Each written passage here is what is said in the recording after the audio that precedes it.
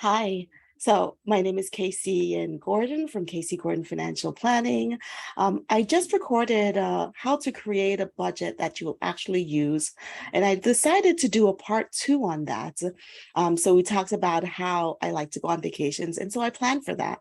And if you can plan for your Target runs, and if you can create a budget for when you go to Target so that it does not surprise you or make you feel guilty when you walked out of the store, how can that make you feel a whole lot better? So I want to just share the other part of what I recognize that I should have also shared with you as you're creating a budget. So here we go. We're going back to our budget template.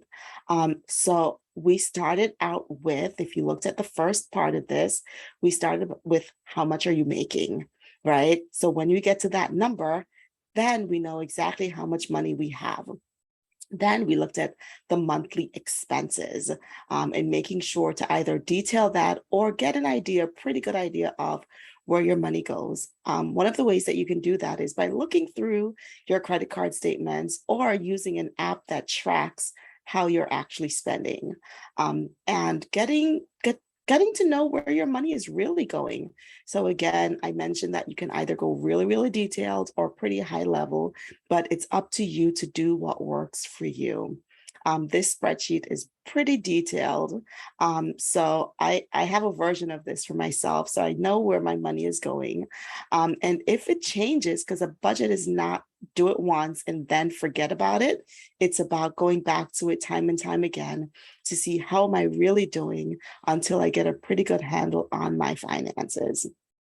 So the next thing I want to talk to you about, like what happens after you've done the expense side. So you've looked at the income side, you've looked at the expense side. Now, having your total monthly expenses will either tell you whether you have a surplus, an overage of your income versus your expenses, or you're operating at a deficit. If you're operating at a deficit consistently, that's how you're going to end up in debt. So the goal is to end up in a place where you have a surplus. And by the way, one of the items listed here should be savings. And how do I pay myself first when I get a paycheck? So making sure that I take out some amount that I'm using to plan for the future. Notice I've also included a line for debt repayment. Sometimes, apart from our monthly expenses, we are paying down debt. So make sure that's accounted for as well so that you can see.